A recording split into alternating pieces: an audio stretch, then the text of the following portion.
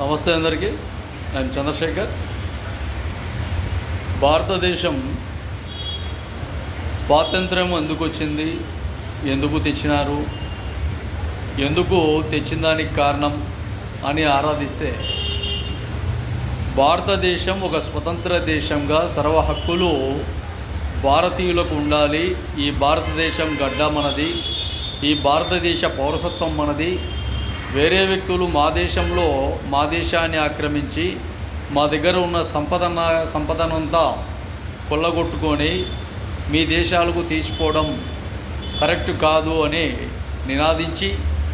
నిలదీసి అవసరమైతే ఉక్కు పిడికిళ్లతో గుండెలు చీల్చి చెడ్డాడి ప్రాణాలు పోగొట్టుకున్న ఎంతోమంది అమరవీరులకు ఎంతోమంది సాహసోపేతమైన కార్యాచరణతో ముందుకు వెళ్ళి భారతదేశాన్ని ఒక బలమైన దేశాన్నిగా వేరే దేశస్తుల నుండి మన దేశాన్ని మనం కాపాడుకోగలిగామంటే అది మన దేశంలో పుట్టి పెరిగిన మహోన్నతుల ఆశీర్వాదం వాళ్ళ బలం.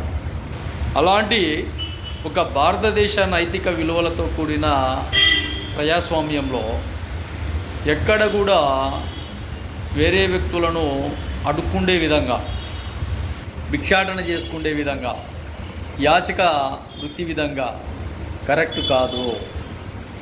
బలంగా నిలబడే విధంగా, బాధ్యత ఉండే విధంగా, ఎక్కడైతే గినా సమస్యాత్మకంగా ఉందో ఆ పరిస్థితులను చక్కదిద్దే విధంగా, ఎవరి విధానాలు వాళ్ళు అమలు చేసుకునే విధంగా రాష్ట్ర అభివృద్ధి కానీ, ప్రాంతాల అభివృద్ధి కానీ, జిల్లాల అభివృద్ధి కానీ, దేశ సౌభాగ్య పాలన కానీ మహామహులు పాలించే విధంగా భారతదేశం, భారత రాజ్యంలో ఉండాలి.